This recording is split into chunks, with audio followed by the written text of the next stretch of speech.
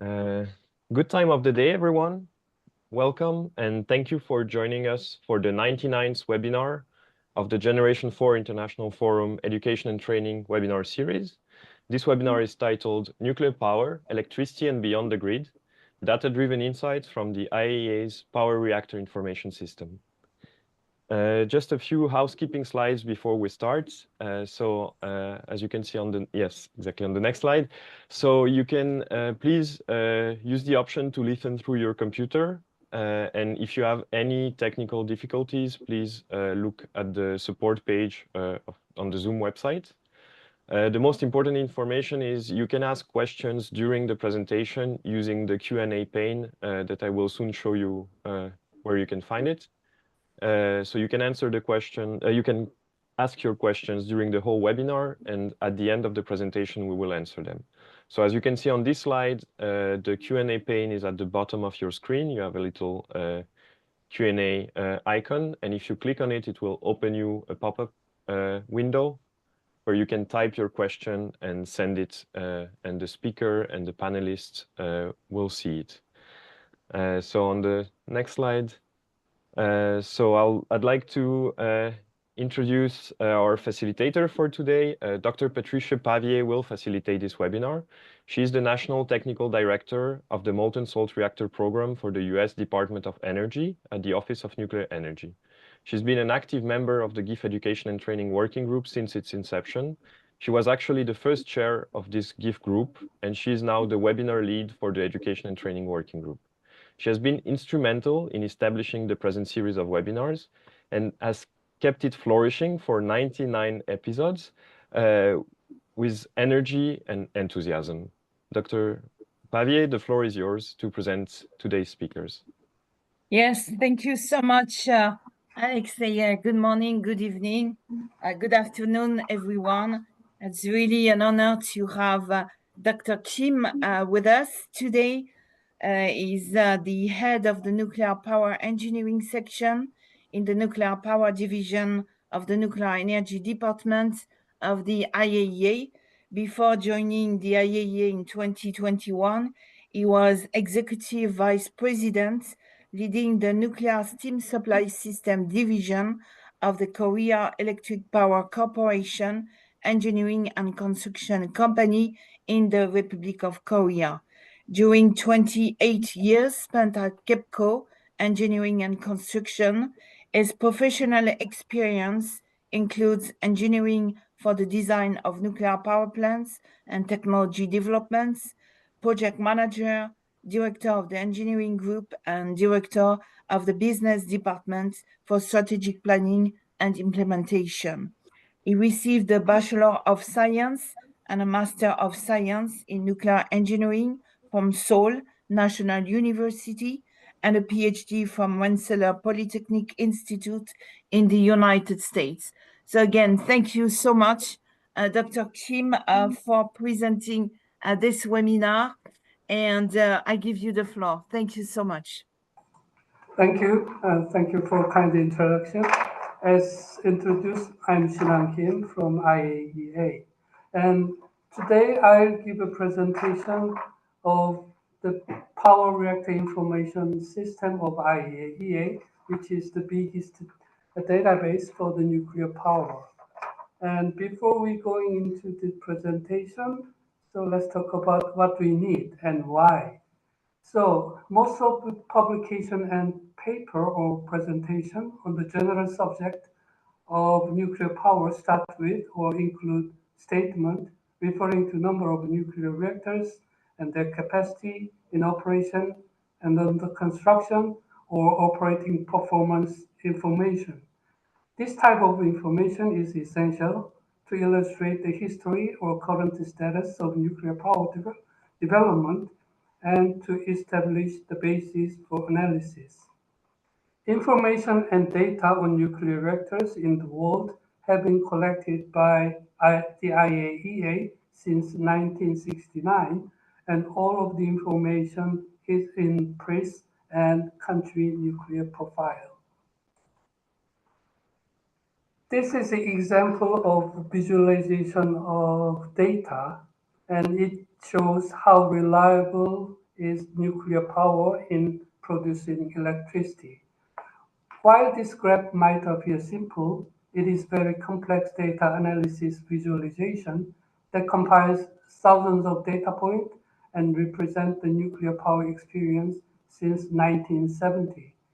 It includes the key performance indicators that we use to assess performance and reliability of the world nuclear fleet.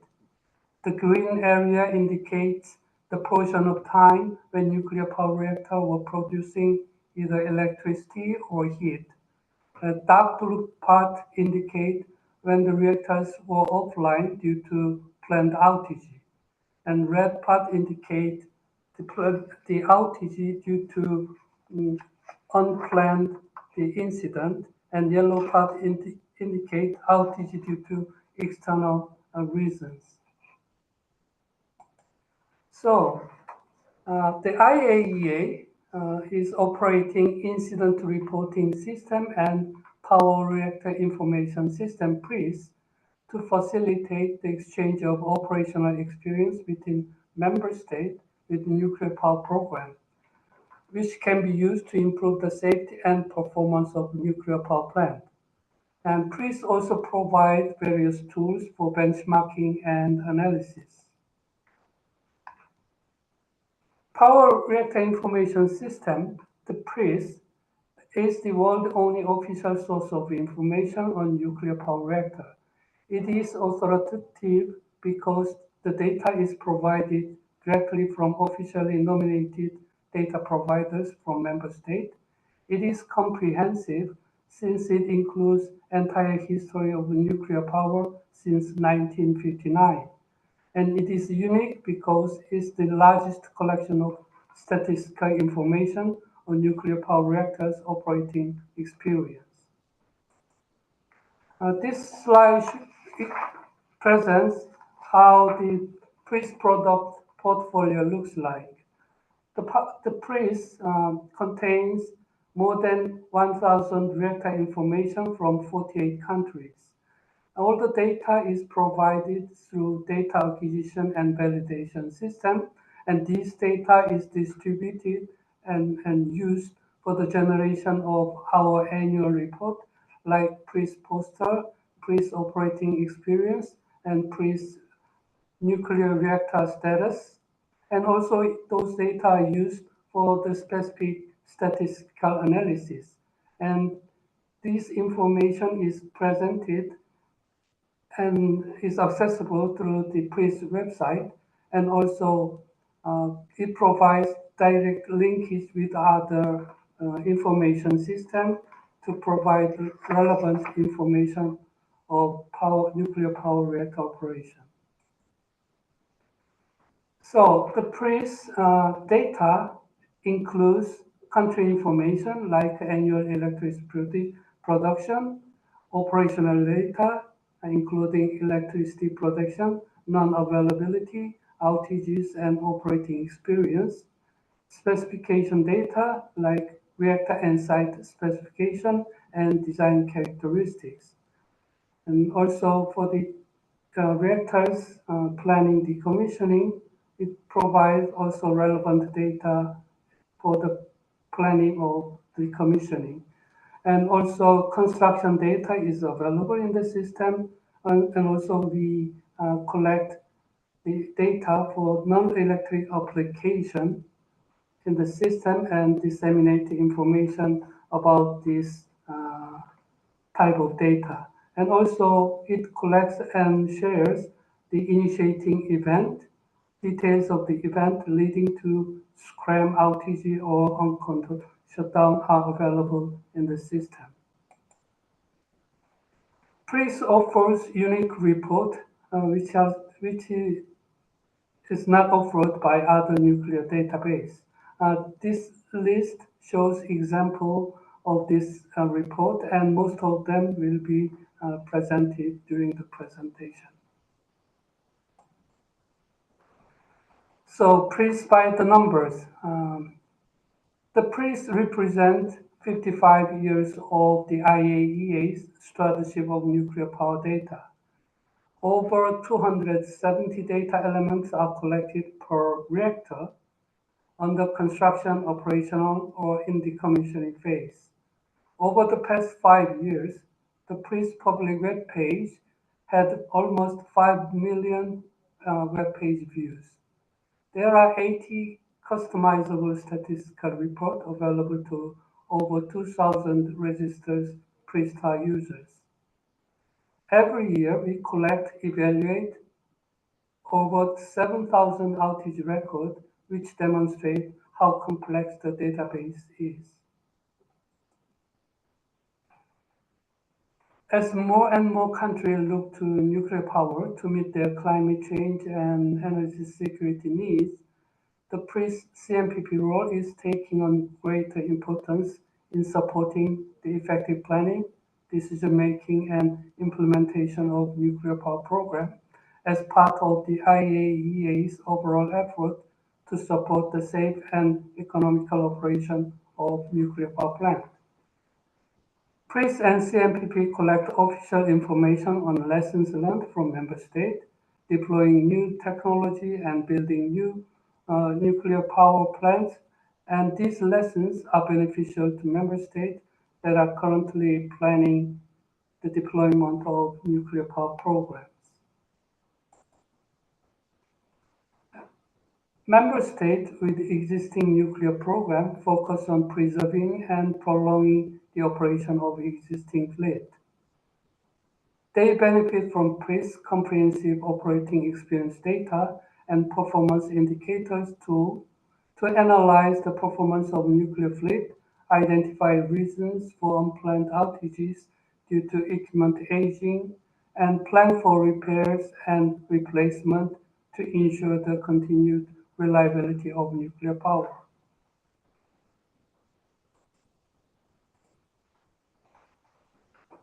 Although the lifetime extension are possibility for some unit, others will need to transition to decommissioning.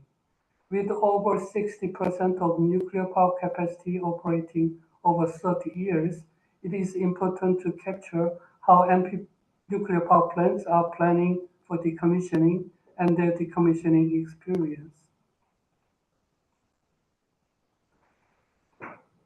And to access the PRIS, we provide different access to different users. For the PRIS website, we don't need any registration. It is open to public, and all publications, like 30 publications, are available on the website. PRIS statistics are opened for only registered users. And depending on the type of organization, we grant different type of access to the data analytics. And for example, for non-nuclear organization step, we provide only basic level and trend, while we provide the entire access to government and nuclear power plant operators. All reports available, including maps. PRIS data is open only to officially nominated data providers from member states and also liaison officers.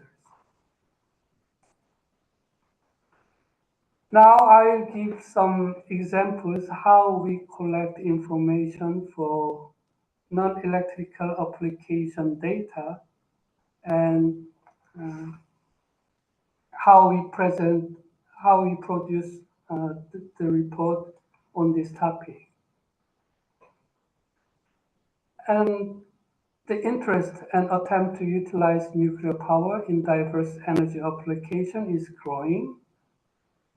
The process heat, desalination, district heating, and hydrogen generations are examples of diverse application of nuclear power. And most trajectories to net zero require massive amount of low carbon electricity, but decarbonizing the power sector will not be sufficient. Another aspect is decarbonizing hard to abate sectors, such as industrial heat and heavy duty transport. Nuclear energy has significant potential for providing low-carbon heat and producing low-carbon fuels, such as hydrogen. Currently, only 1% of nuclear heat has been used for non-electric application. In 2023, 63 reactors across 10 member states supplied about 2,000 gigawatt-hour of electrical equivalent of heat for non-electric applications. The majority of this heat, about 88%, was used for district heating in Russia, China, Slovakia, the Czech Republic, Switzerland, Romania, Hungary, and Bulgaria. In industrial heating, application to industrial heating accounts for 10% in Switzerland and India. And also only 2% was used for desalination.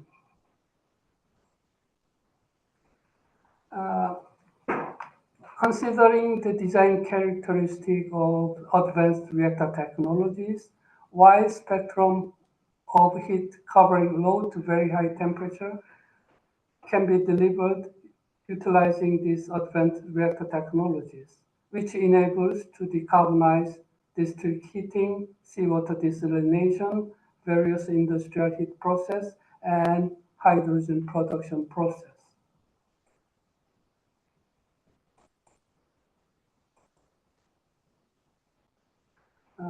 This slide shows the template we are receiving the data for non-electrical application.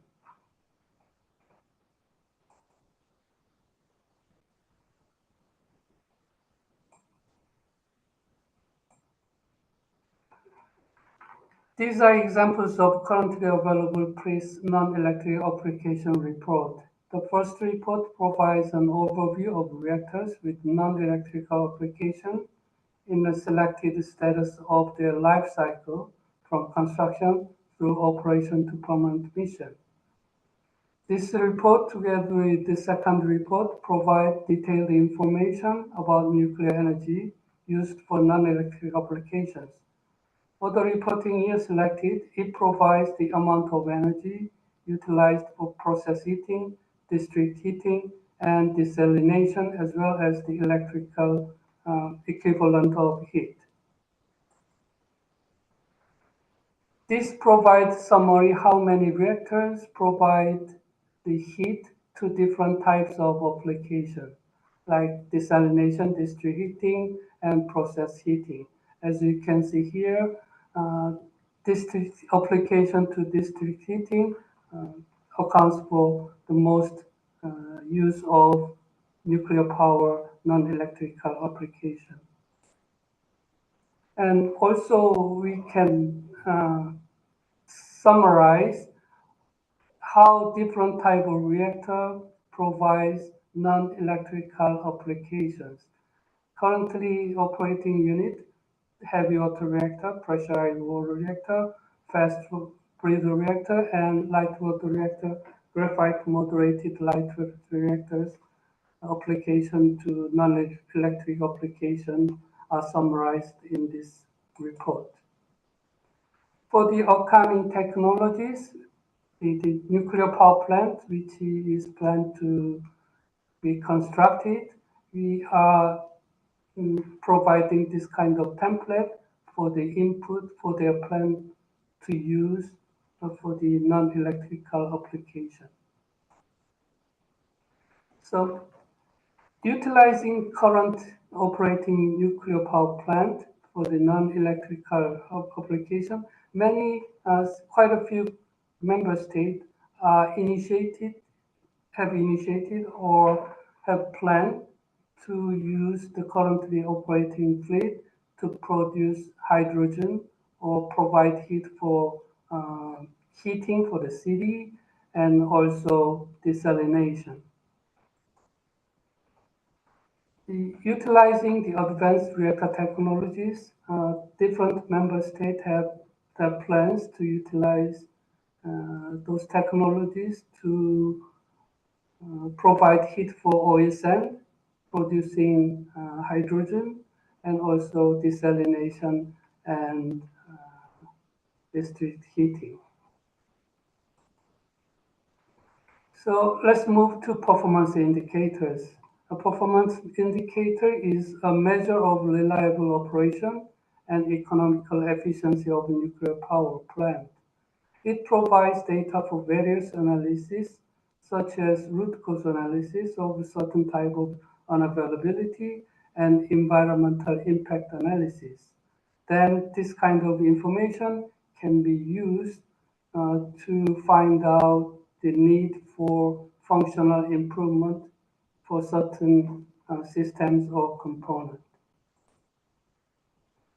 To identify the cause of energy loss, we are using our coding system, which is composed of 2 alphabet characters and 1 numbers from 1 to 5. The first 2 characters defines whether this outage is planned or unplanned, or it was caused by external reason. And second character identifies whether it is full outage or is a partial outage, meaning reduction operation with reduced power. And third character defines how it was the outage proceeded. Like, was it controlled shutdown, or was it a scram, automatic scram or manual scram, or was it due to extension of planned outage?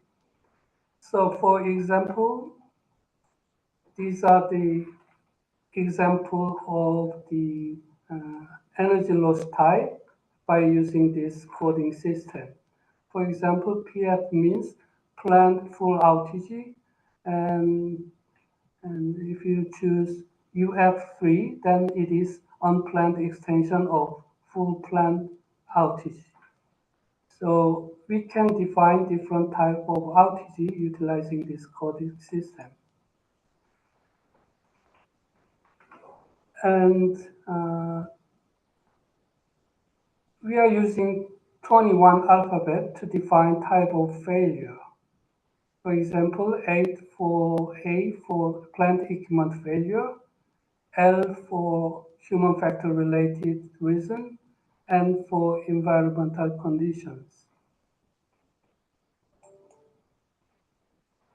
It also identifies the system which finally caused the high outage of a nuclear power plant.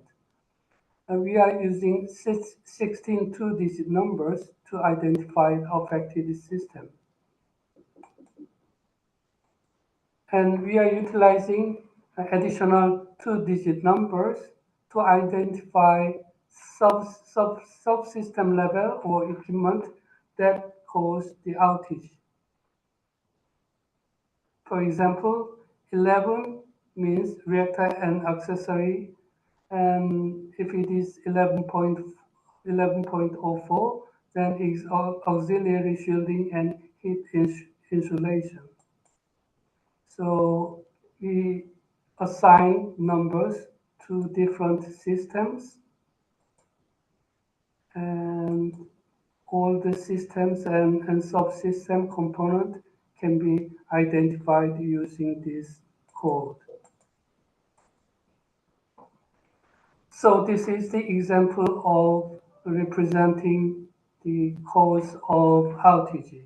For example, like this third one here, XPN 3499, is power reduction due to heat supply for district heating requirement, and it was caused by external reason, and it was a partial reduction of the nuclear power, and it was initiated by system coded with 34 and component is 99. And from the previous table, we can find out what system and which component caused this outage.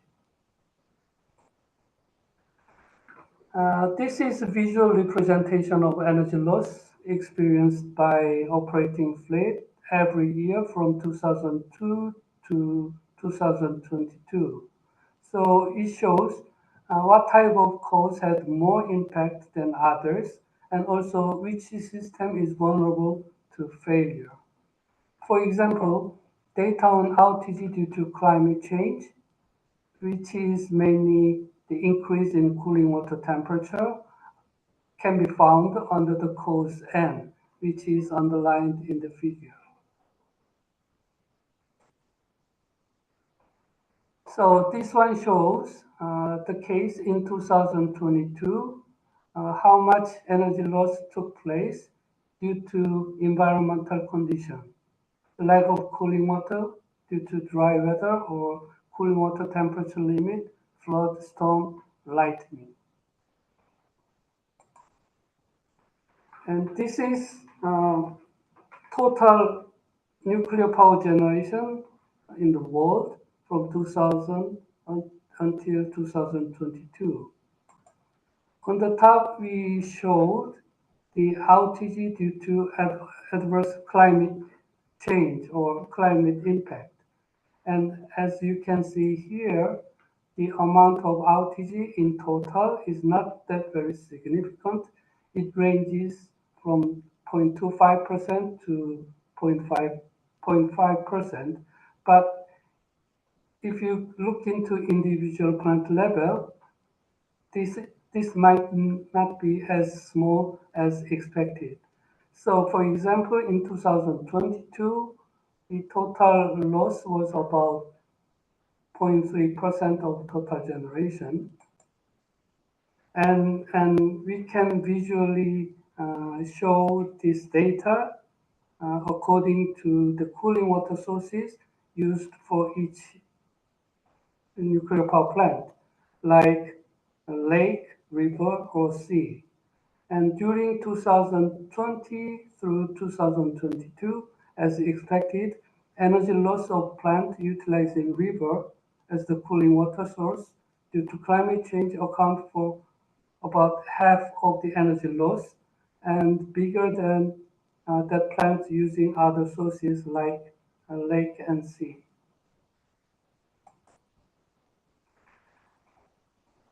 PRIS captures this kind of data on a monthly level, which allows us to analyze also how these losses are distributed throughout the year.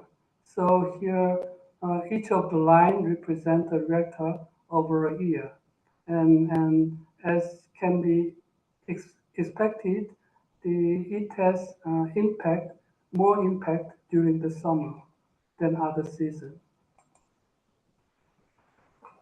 And next part is energy availability with cause analysis and equipment failure. So again, this visualization of data look into specific type of failure in detail. For example, plant equipment failure, which is denoted by the code A, highlighted in yellow in this program. In this picture, we can see how often it occurs and which system or component are vulnerable to this type of failure. And this is an example of country X of the performance indicator. And it shows how much energy was generated by nuclear power in the country and also how the availability is changing as the time during this recorded period. And it's very interesting to find out what caused the availability decrease since 2010. So analyzing the cause of outage and component, and we can find out, we can have an insight what kind of weakness that plant or country had, which need to be more attention for improvement.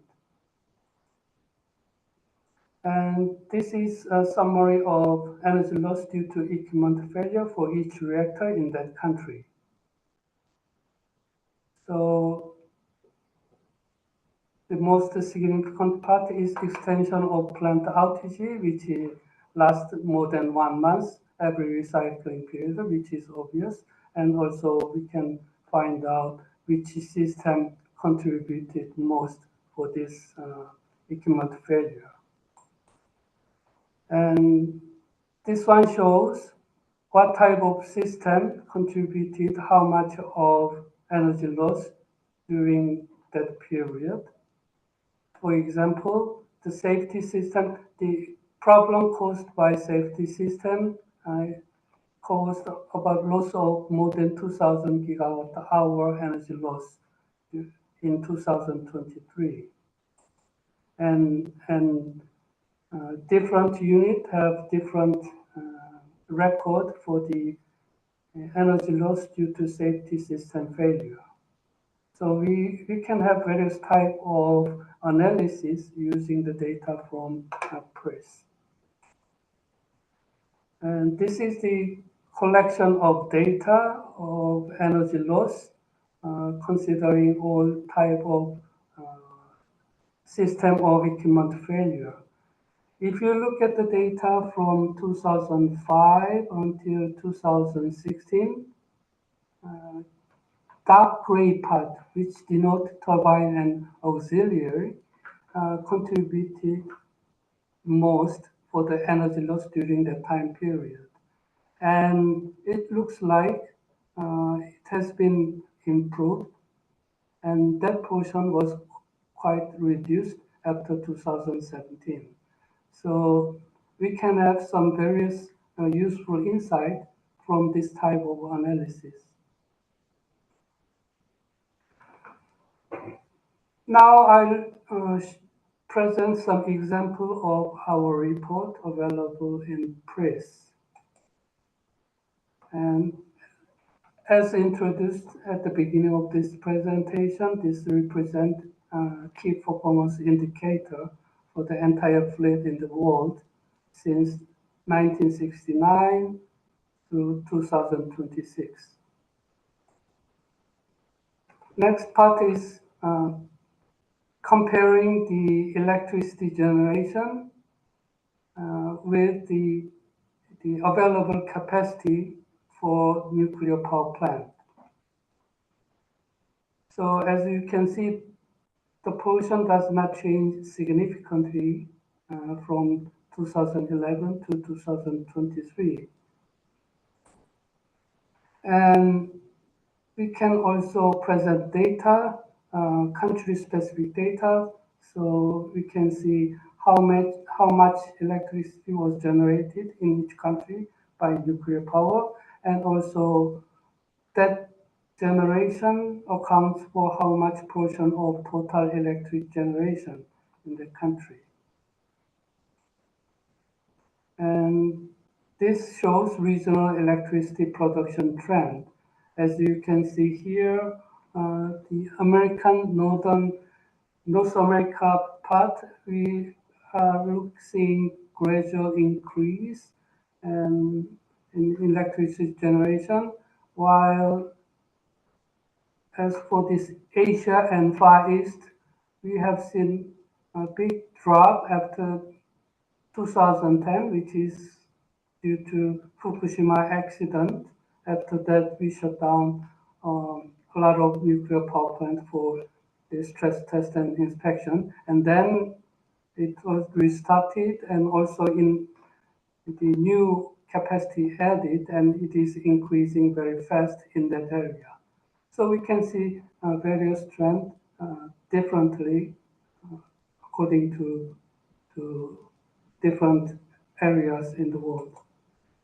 And this shows regional nuclear power capacity trend. So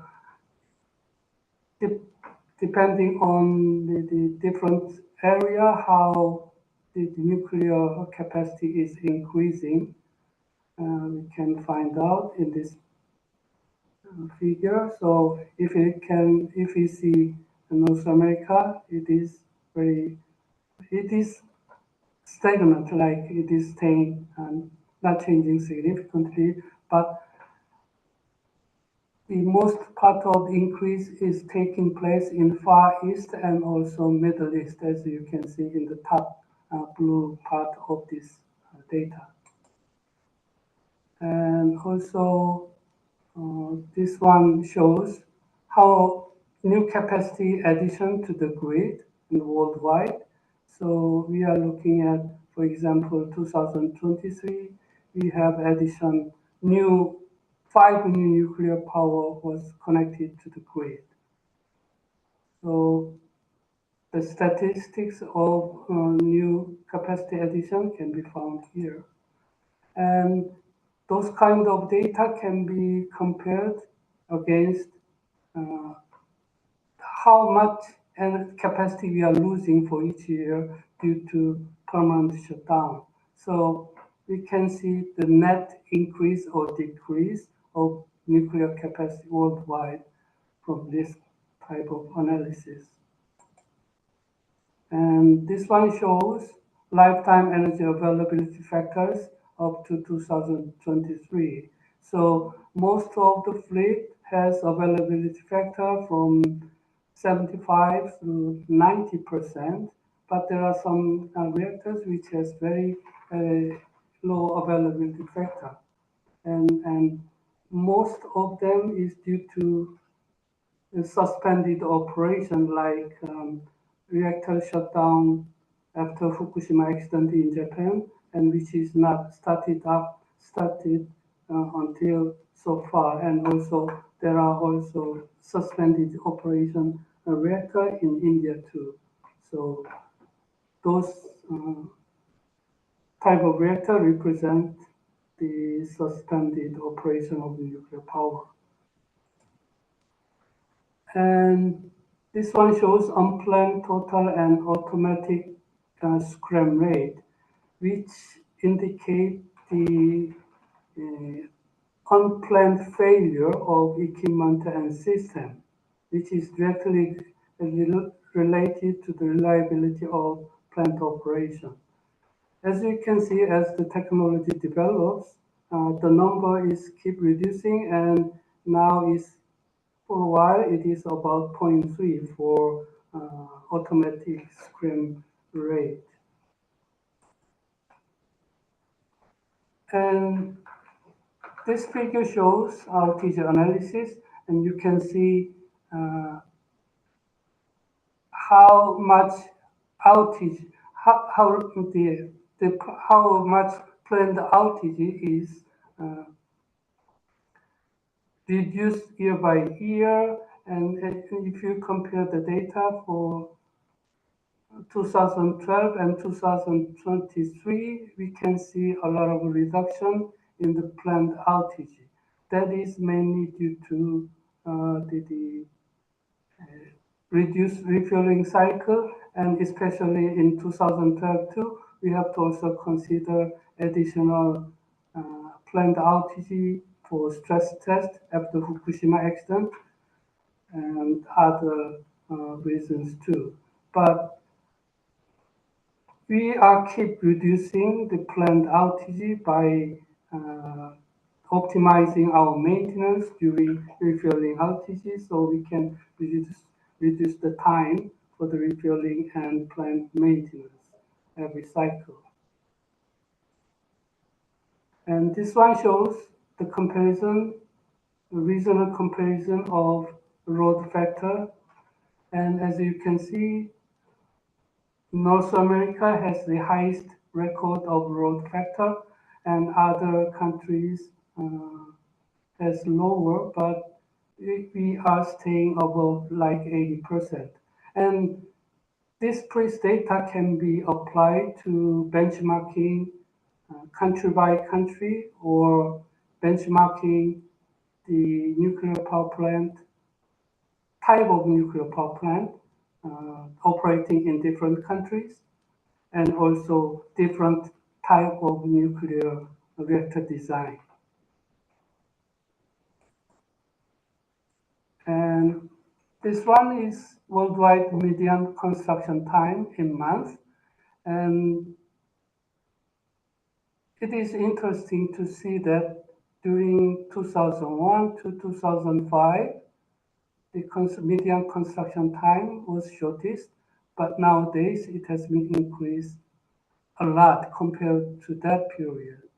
So it will be very interesting to find out what caused this type of difference. And for example, nowadays, the new technology in all the times, like Generation 3 plus Generation 3 reactors are being constructed. And for some of these reactor type are first of a kind. So naturally, it takes more time for the first of a kind reactors. So that might be the reason. But it will be interesting more closely to look at more closely and what caused this type of difference in construction time. And this one shows age distribution of operational capacity. So it shows that about 67% is operating more than 30 years and 29% of capacity over 40 years. And nowadays, especially in the United States, they are planning for long-term operation more than 60 years. So this type of information is very essential in making decisions about the planning long-term operation and also strategy. And this is typical example of operating experience for specific power plant. It provides data for reactor unit and also design characteristics, annual production result, and also summary of the availability and outage during a year. And it provides more detailed information on the outages, and all this information is available from our annual publications like operating experience and nuclear reactor in the world. And this year's issue will be published during this September. It is during the general conference time of the IAEA. And I included QR code for this PRIS system website, and also left my email address here. So if you have more questions after that, if you want to know more, then you can always contact me. And with that, I will conclude my presentation on PRIS, and I will be happy to answer any questions you may have. Thank you.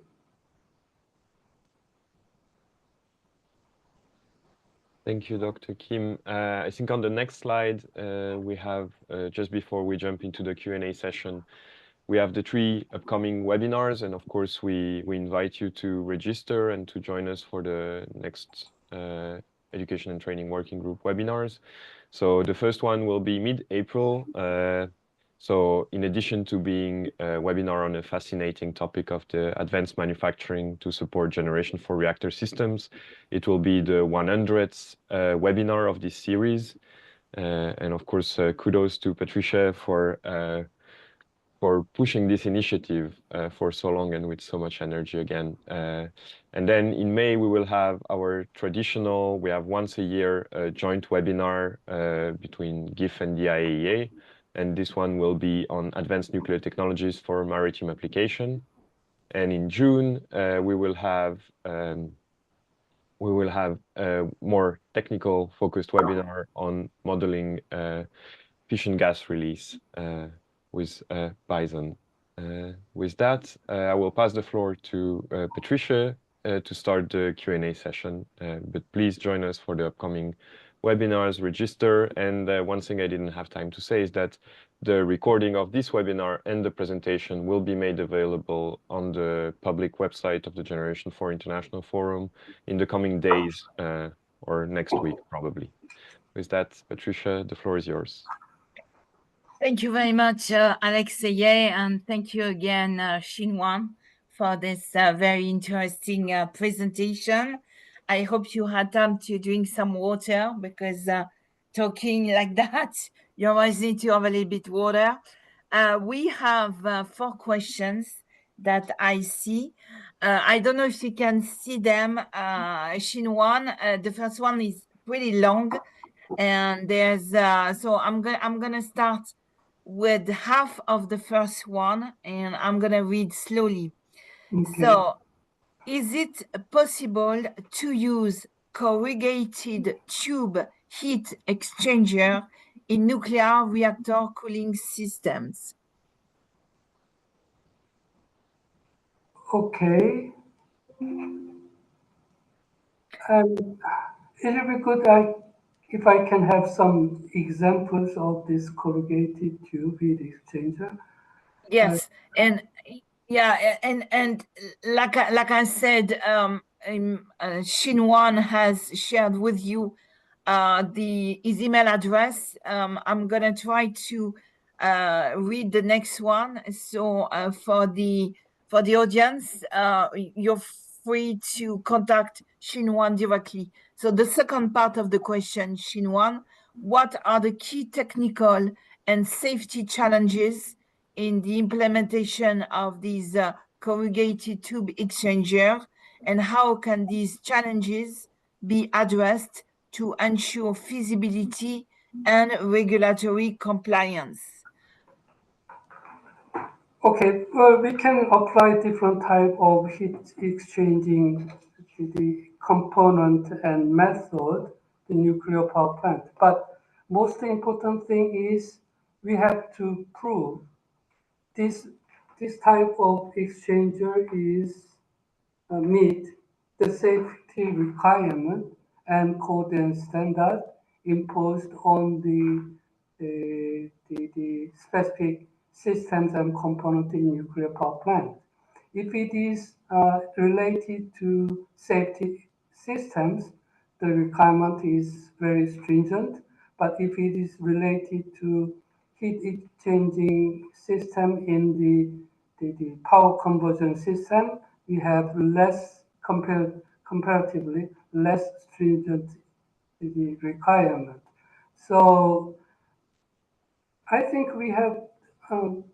I have seen some type of the different type of heat exchangers were proposed in advanced nuclear reactor systems, but we need qualification and verification of this new type of method for the application of nuclear power plant. Okay, very good. Thank you very much, Xinwan. The next question is about PRIS statistics. What do you mean by registered user? Can anybody who has Nucleus account have access to it? How can I access it? I cannot find the web page anywhere. Well, as I explained, the PRIS statistics is only for the registered users. The registered users is nominated by the permanent mission of the IAEA, the representing country permanent mission in Vienna. So if you want to have yourself registered for these statistics, you can request this registration through the national representative organization, which is permanent mission. Okay, thank you. The third question, did the IAEA start working on the potential of feeding all this data into artificial intelligence models to identify trends and potentially test some prediction capability? Well, as for the PRIS, we don't have any plan yet, but we are moving very slowly to take advantage of this new innovative technology in processing and also disseminating information in our system. So for now, we don't have any plan for this one yet.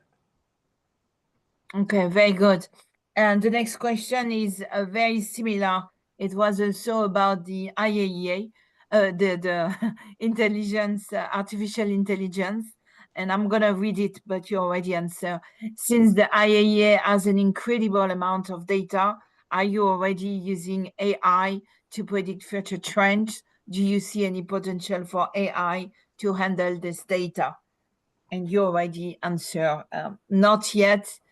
IAEA is looking. Well, when I read this question, in-house use of AI for the collecting and presenting the search or information using AI is taking place now, and especially customized this AI tool has access to our own publication in IAEA, and we are using this one to make our reporting and summarizing effort efficiently.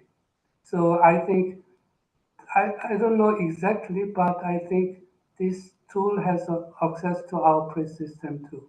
Well, which is available publicly, not all the details. Very good. We have another question for you, Xinwan. It was very interesting to see the graph on the power loss due to environmental factors like rivers, sea, lakes. Is there a trend observed that outage increases with climate change? Are there initiatives to predict the possible outage increase due to this? Yes, this is a very good question. And technically, we are addressing this issue, which is called climate adaptation of nuclear power plant for performance improvement. And the impact of climate change appears in different ways, like the nuclear power located in seashore experiences some cases the blockage of intake by increased the jellyfish surrounding the sea nearby the nuclear power plant. So to address this issue, we need some addition of system or modification of our nuclear power plant is needed. And for that reason, the plant should be stopped for a while for the construction and for the adaptation. That is kind of cause and impact of this climate change. Climate change makes some changes in ecosystems surrounding nuclear power plant, and in turn, that can change also have an impact our system. And other aspect, if a nuclear power plant use river water and some drought season, we cannot, depending on the country and location, we cannot use as much as the river water enough to cool our nuclear power plant. In that case, there is a limitation. So to follow that limitation, environmental limitation, and we have to reduce the operating power, so to reduce the amount of heat discharged to the river. So this kind of the climate change impact have an effect on the climate plant the performance in many different ways. So these are few examples, and we are developing publications to address various type of environment impact adaptation of nuclear power plant. Very good. Thank you so much. Yeah, thank you for the answer. You have the person who asked the question saying thank Okay, you. thank So you. My pleasure. I do not see other questions at this time. So I would like to thank you again for participating and answering to all these questions. Dr. Kim, it was a privilege to have you today with us. Like Alexei said, feel free to come back next month. Feel free also to help us publicize these GIF webinars. Next time will be our number 100. So we have quite a lot that have been recorded and archived. So feel free to watch them and to advertise them. With that, I would like to thank again our speaker today, Dr. Kim, and I would like also to thank Alexei from the GIF Secretariat. Thank you so much, Alexei, for everything. We wish you a very good day wherever you are, and we see you again in less than a month. Thank you so much, everyone. Thank you.